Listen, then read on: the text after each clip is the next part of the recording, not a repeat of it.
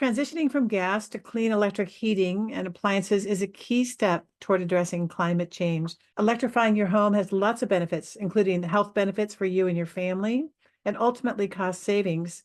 And this next presentation from Kathy Simon will tell you how she went about it and why. I want to tell you that I'm delighted to be showing you this next presentation, as Kathy Simon was, and I still am, a homeschooling parent, and we met when our sons were in middle school. Kathy's son, Unai, is now working on his PhD at Stanford, and amazingly, he's studying the impacts of cooking with gas stoves on our health. And these two New York Times articles are about the research that he and his colleagues are conducting. So it was exciting to be so close to this research and to actually have met one of the scientists who's working on this issue. So note the headline: Study Compares Gas Stove Pollution to Secondhand Cigarette Smoke. That was one of the things that just pushed me over the edge. I had a beautiful Wedgwood stove that I was really hesitant to part with, but when I saw articles like this, I realized that it just didn't make any sense to keep the gas stove in our house.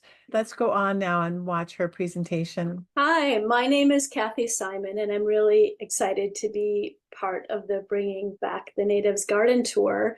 The talk that I'm going to give today is actually focused on electrifying my home, although I do have a little native garden that you can see right here. But we're going to jump right, and I want to welcome you to my home, but we'll jump right into the talk, which is really about electrifying. And I hope to share my story and also really to make it easier for you to electrify if you're interested. And I'm going to talk about a bunch of different things. It's all here, a little bit of an introduction. I'm going to talk about doing all this electrification on a 100 amp electrical panel, how I got going, some ideas about planning ahead. I'm going to dig deep into the new electric stuff that I got, including an induction stove, a heat pump, hot water heater, heat pump for HVAC, my electric vehicle, also brief moment on solar panels, and some thoughts about where to start and other resources. So I hope that gives you a bit of orientation to the talk. You know, one of the main reasons I'm excited about electrification is that it is one of the ways that we are able to make a difference as consumers. And I'm not much of a believer in just the power of individual action, but I do think that this move towards both planting native plant gardens and also speeding the transition to clean and renewable energy sources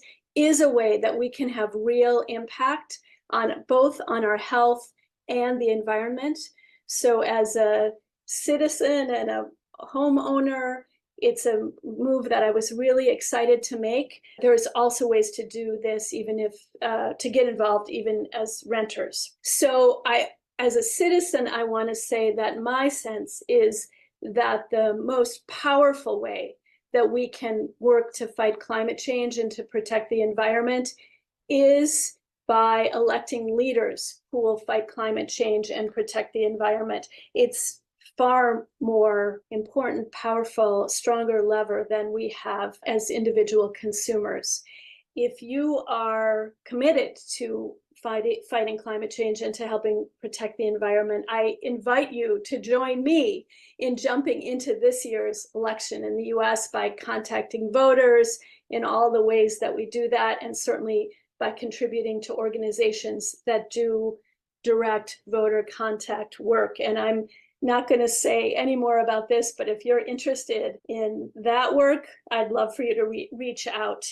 Today is going to be focused, of course, on how we can transform the energy we use in our homes and in our transportation, and perhaps aside from the political work we need to do, changing our modes of energy in our homes and our transportation are probably the biggest levers we have. I hope you'll join in. And you know, one question that comes up all the time when I'm talking with people about my excitement about electrification is, was it worth the expense? And I do want to say that there definitely are upfront costs, but that the changes that we make do pay themselves back just in terms of the financial costs. The costs include, of course, the appliances themselves and if you need to add new electric circuits. So those costs are real. However, many of the costs I encountered were costs I would have paid for replacing my old gas appliances with new gas ones. So it made perfect sense to me to replace these old appliances with new electric ones. Also, the appliances I talk about in this presentation can repay those upfront costs in energy savings, usually over the life of the appliance. And there are really big rebates now for everybody, certainly in California and all around the country. And those are worth looking into. And beyond those rebates for individuals, there are programs and policies to make electrification more accessible to all as a key element of addressing the climate crisis, because we've elected some politicians in California and of course in the US federal government who have gotten behind trying to make this transition. I think the costs are worth considering, but I also want to really put out there that going electric is enjoyable. At first, I thought that trading out gas appliances might involve sacrifices, like why did we have gas if they weren't the better machines?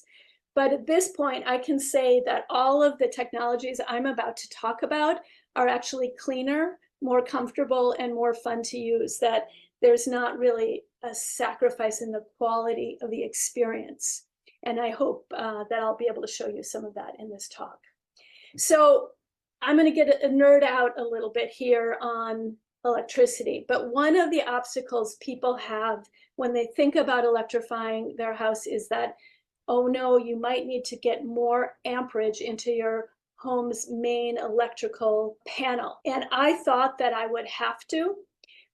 Here's my original, I believe this box is the original power source in my 1941 home.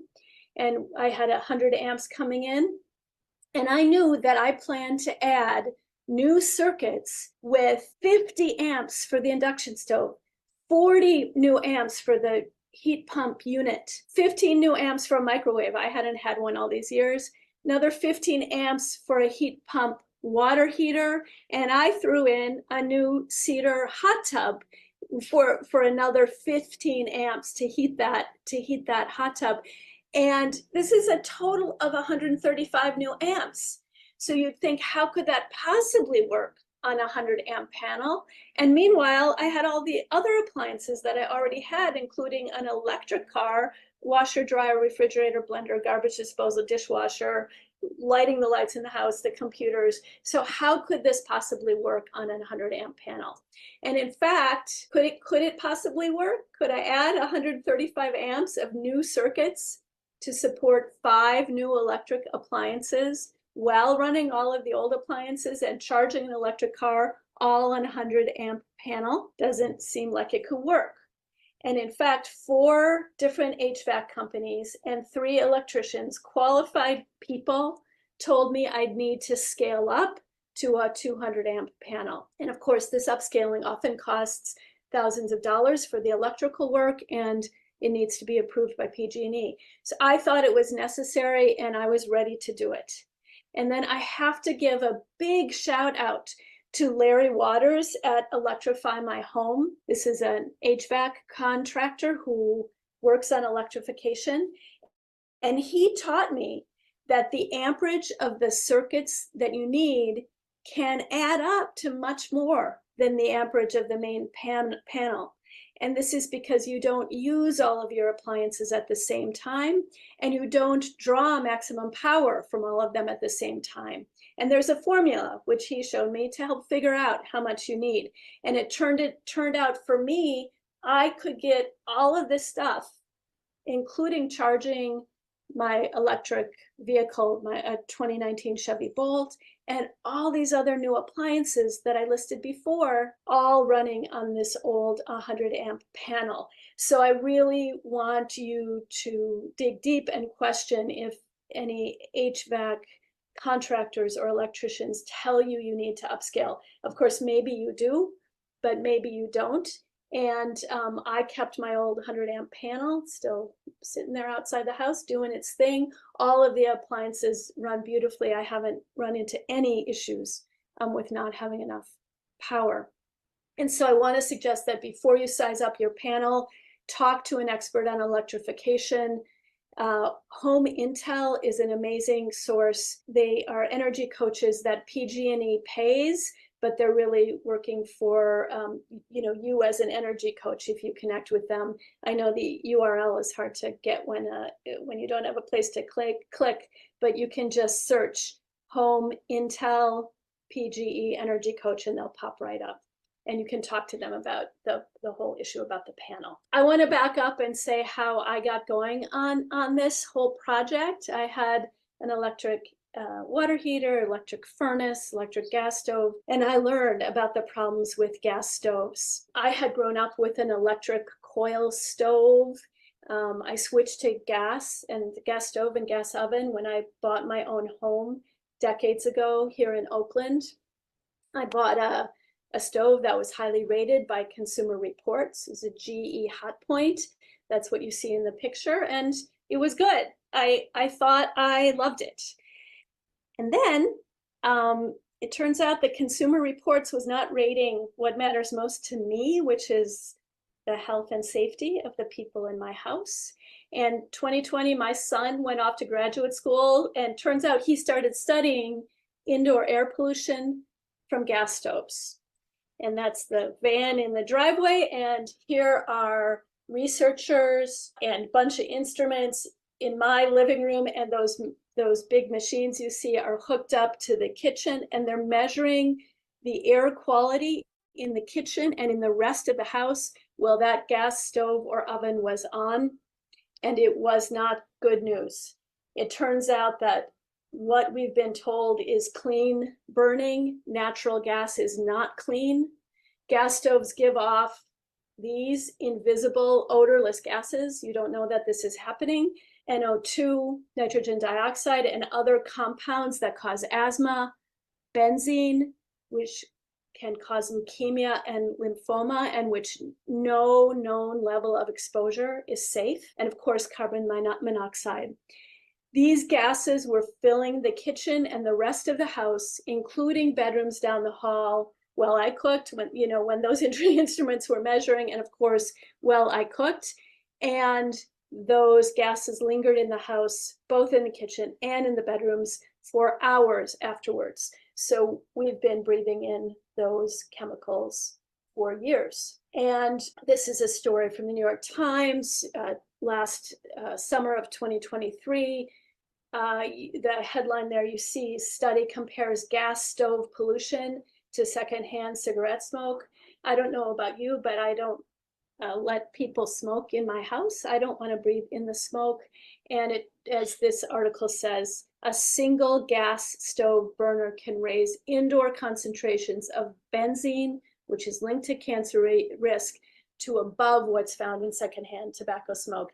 And even to levels that have prompted local investigations when detected outdoors. So this is to say these levels in our homes can get higher than what would be allowable outdoors, next to power plants and that sort of thing. It was upsetting to me. So I decided to move pretty fast. That's my new induction stove. And oh my gosh, it's not only cleaner, I really love it. It heats up quickly, it's easy to clean. It uses magnets under the glass, not electric resistance, so the glass stays cool. Of course, there are no methane leaks because there's no methane gas there at all, and no gases are being off-gassed in my kitchen, and there's much less fire danger. I created a little video to show you the induction stove in action, and I think it's 2 minutes. I'm going to play that right now if this works. So I'm excited to show you how the induction stove works. Forgive the mess here, we're doing some painting, but I want to show you some of the cool features of the induction stove. And the first thing is that it is very fast. People love their gas because they say it's fast. I'm going to turn this up to 9, which is the top number, and then there's a P button for extra power. Here's a cup of cold water from the tap. I'll turn on my timer. We'll see how long that takes to boil. And meanwhile, I want to show you some features. People always wonder what pans are okay to use on the induction stove. So anything that'll hold, this is just a refrigerator magnet, anything that'll hold this magnet is good. Here's a stainless steel pot. This is a green pan, which is a ceramic pot, but it's got a steel bottom, so that works fine. And of course, cast iron holds a magnet great. We use that all the time. So any of those pots will work. And I also want to show you some of the safety features. So I'm going to turn this hob on, and the pan is going to start to get hot already. But if I take it off and feel this hob, and the thing is still on, it's not hot on my hand at all, because my hand is not magnetic. It does not heat it up. So it's perfectly fine to touch here and really safe. You can also see, of course, it's a glass surface, super easy to clean. And here the water has started to boil.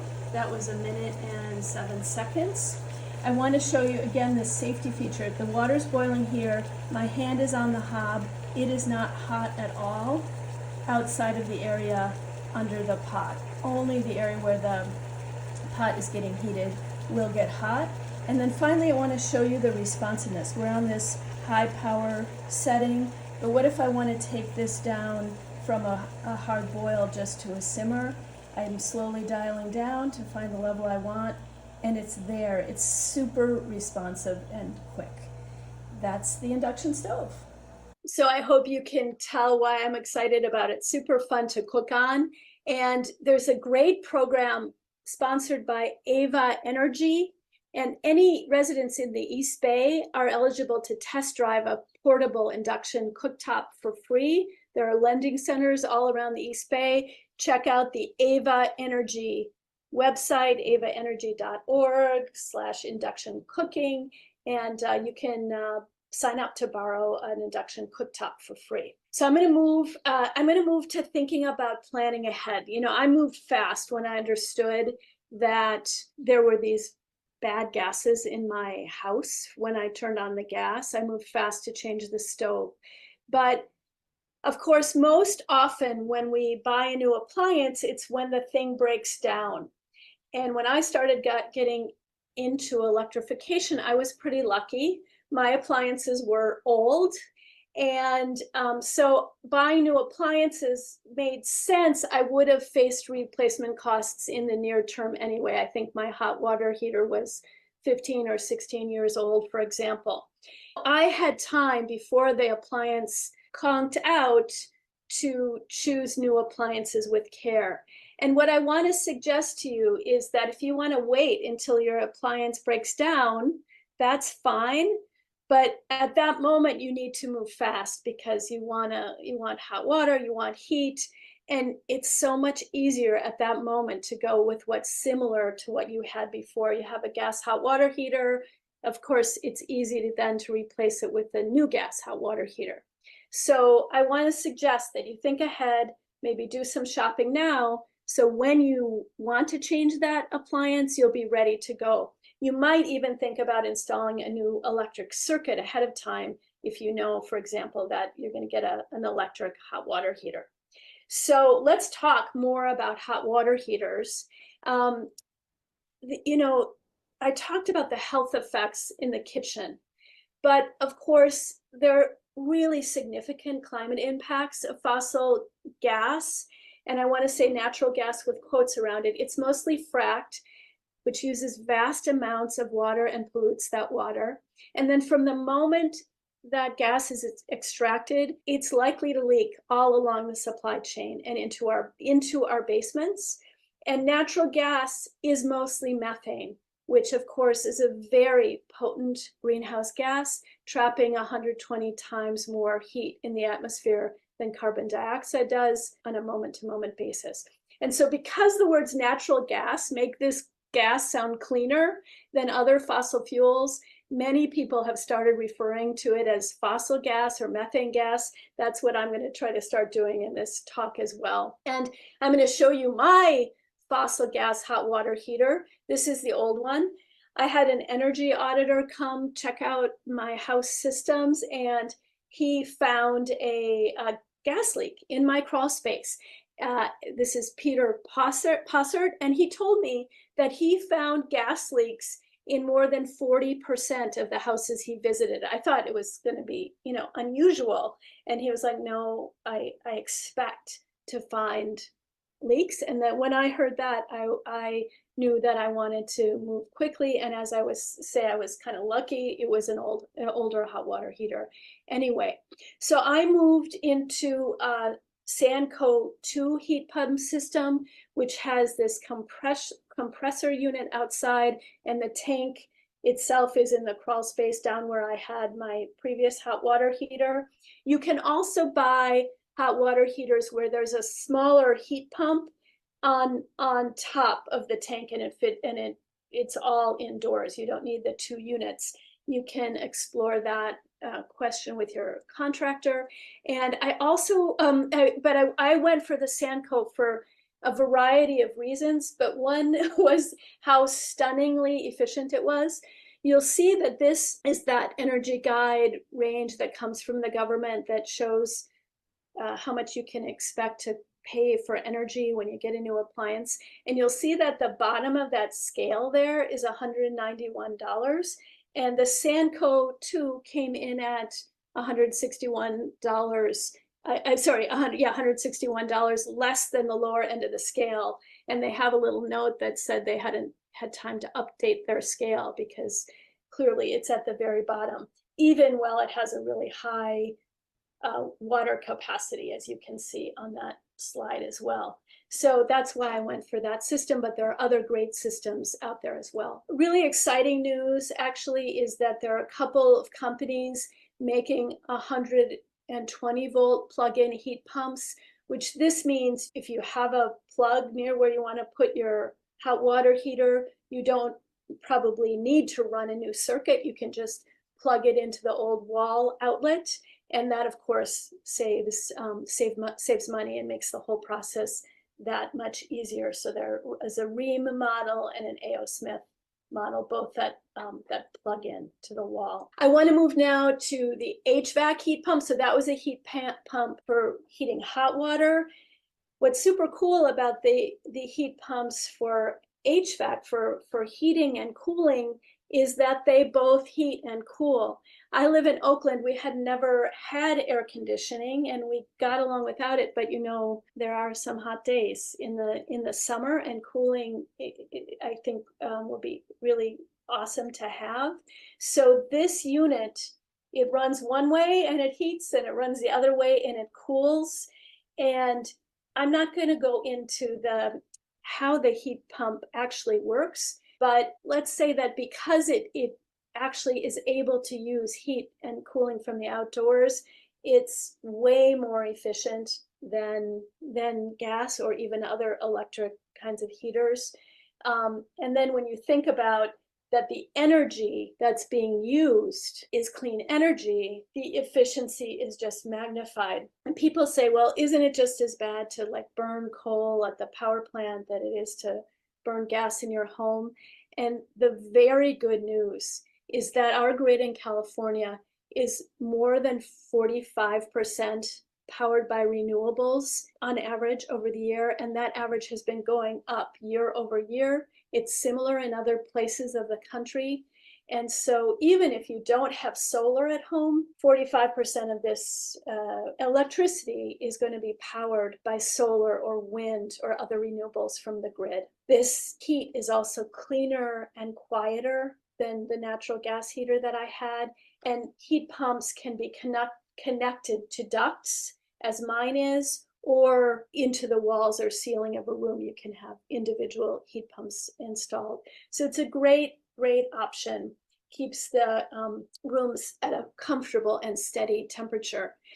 One kind of word of warning I want to give to is that my experience in talking with a lot of HVAC contractors is they tend to want to oversize the heat pumps, because the last thing they want is for you to call them back and say, I'm cold. So they want to make sure you're warm enough. And I appreciate that. but you don't want to oversize the system. Better to maybe add a little insulation to your house and have a smaller system. It's going to be more efficient. It's going to be less expensive. So again, I want to say it's smart to work with an HVAC dealer who really knows about electrification, or certainly to talk to an energy coach at Home Intel. I'm going to move to my electric vehicle. And I have to say, when I said these electric appliances are just better than the ones that they replaced, I feel this so strongly about my 2019 Chevy Bolt. I don't think I've ever loved another car that I've had, and I love this car. It's fun and fast to drive. I feel safer on the freeway because of the amount of oomph it has. The range is about 280 miles. Of course, it depends a little on driving conditions and the weather, but I get the 80 miles with a full battery. Because of the way the resistance works, you hardly have to use the brakes. You can slow down by lifting up on the accelerator a little bit, and that makes those brake pads last longer. My car is over 4 years old now. I've never replaced the brake pads. And of course, there are no trips to the gas station for gas or for oil changes. You just drive on past the Chevron station. It's a great feeling.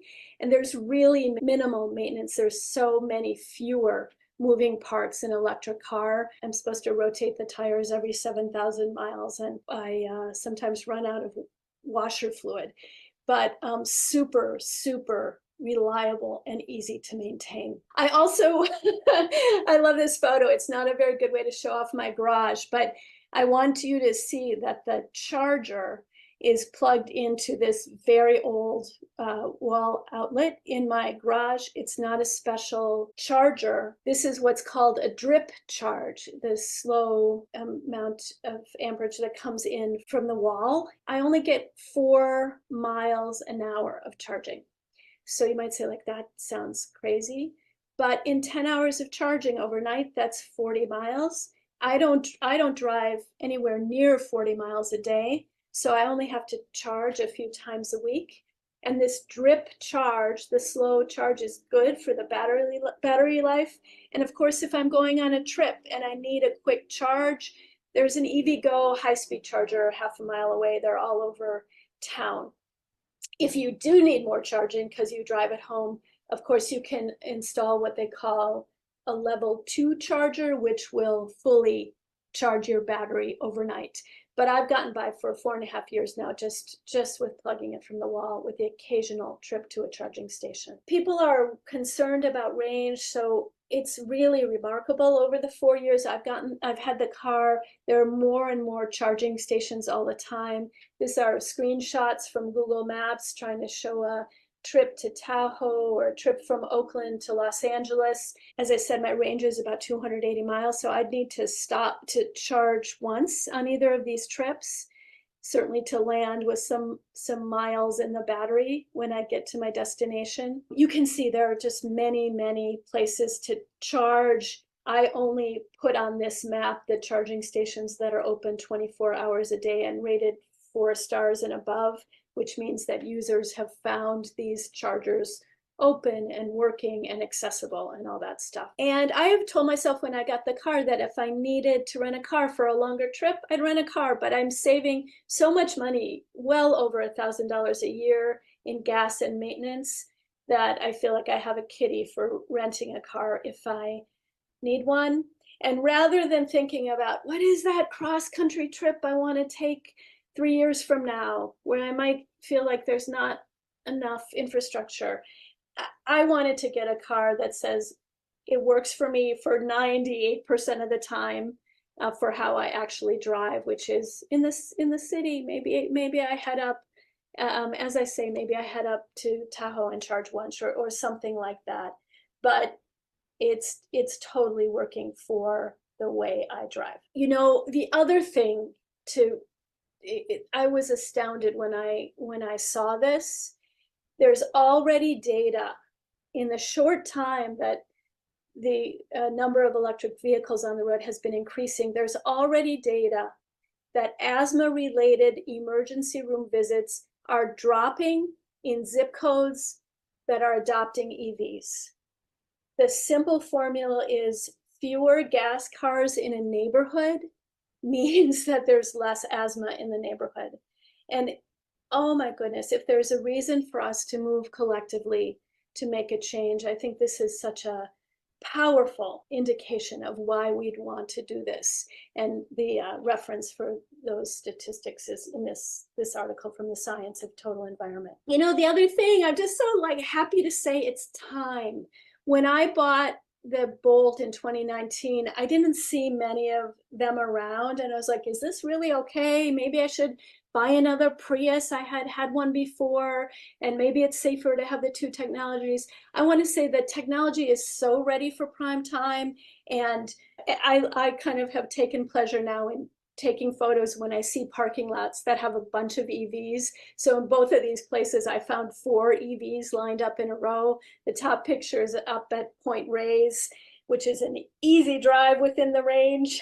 From Oakland, you can get there and back easily. And here's in front of Berkeley Bowl. So many different models and companies now to choose from. And it's happening. It's absolutely time to make this transition. Finally, I want to say that it's a special thrill to me to charge up all this stuff or to power all this stuff using solar panels. Of course, it's not necessary because, as I said, our grid in California is going more and more renewable all the time. But how awesome to power all these things that give comfort and pleasure and practicality to our life with this clean energy right from the rooftop. And of course, there are significant rebates right now through the Inflation Reduction Act. Forgive the typo there. When you have a contractor, please take time and discuss options. And there are some companies that really do a hard sell and want you to make quick decisions with pressure and suggest that there's, some urgency. Want to invite you to take a breath and slow down and talk to different companies. For me, some of the companies kind of pressure you to rent, and the math I did suggested it made more sense to buy rather than to rent, even if you buy over time and pay with financing. So you can check that out. I went with a small local company that I felt great about. They're called Save a Lot Solar, based here in Oakland or Berkeley. And I'm almost done, but I want to say, it can be a little overwhelming. I've gone through a bunch of different appliances here and the EV, and like, where would you want to start? So I want to suggest to you that there are several ways to think about it. As you heard, I started with the stove because the health impacts really moved me. I didn't want benzene and nitrogen dioxide and unhealthy gases in my home. So that's a place to start. But there's also a lot of sense to be made by just going with whatever the oldest gas appliance is, because it's going to break down sometime soon, and go ahead and replace that. Your furnace is probably the appliance that burns the most gas, and so that's a great place to start. And finally, the car, depending on how much you drive, probably is your biggest addition of carbon to the atmosphere. So that is a great place to start as well. All of these make sense, and take it one at a time, do it at a pace that makes sense to you. I wanted to end with this. I found this quotation really unbelievable. It's attributed to Thomas Edison, I was like, really? Did he say this? And I looked it up, and I found him quoted saying something to this effect from several different sources. In 1910, the guy who brought us electricity said that this scheme of combustion to get power makes me sick to think of. It is so wasteful. You see, we should use natural forces and thus get all of our power. Sunshine is a form of energy, and the winds and the tides are manifestations of energy. Do we use them? No.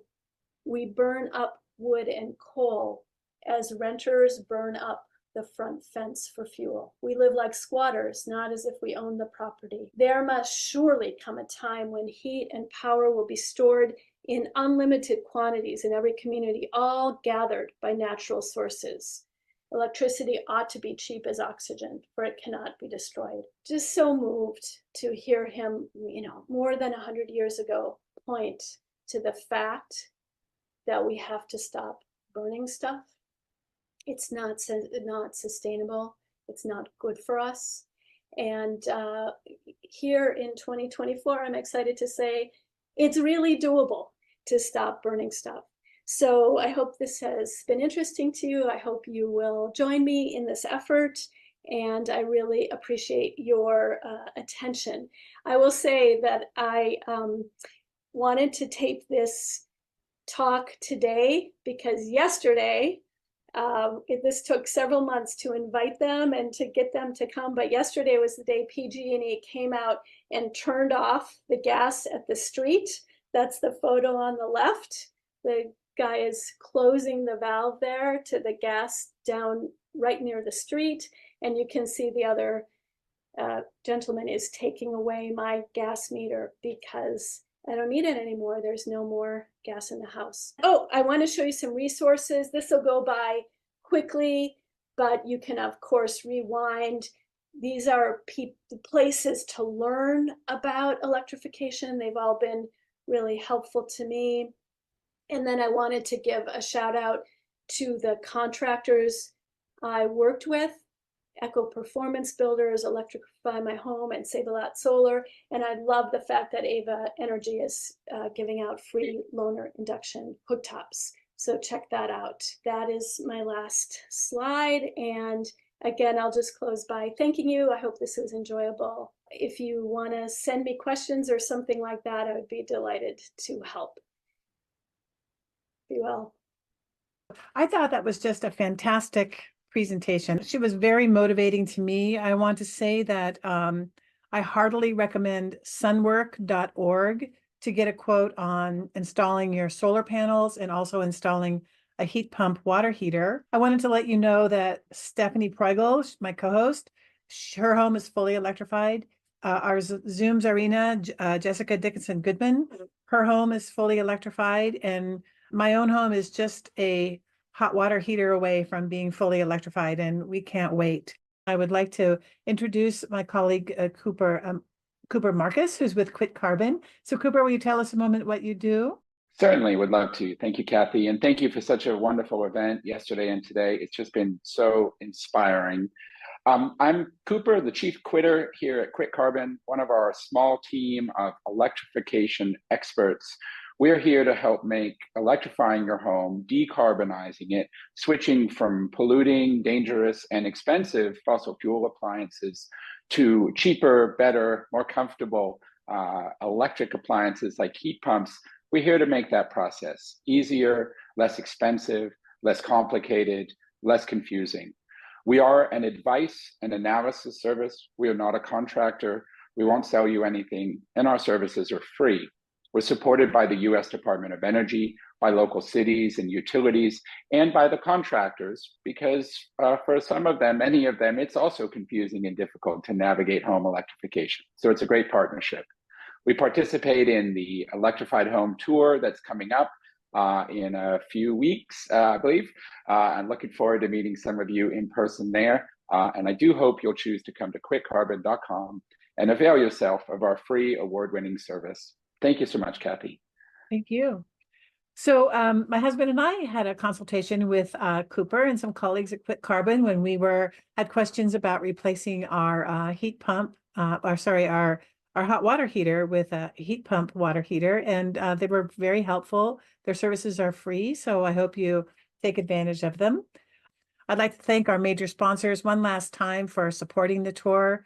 Really appreciate their allowing us to really produce the programs that we do, and all the other donors as well that have provided funding to this year's tour. And that is the end of this event.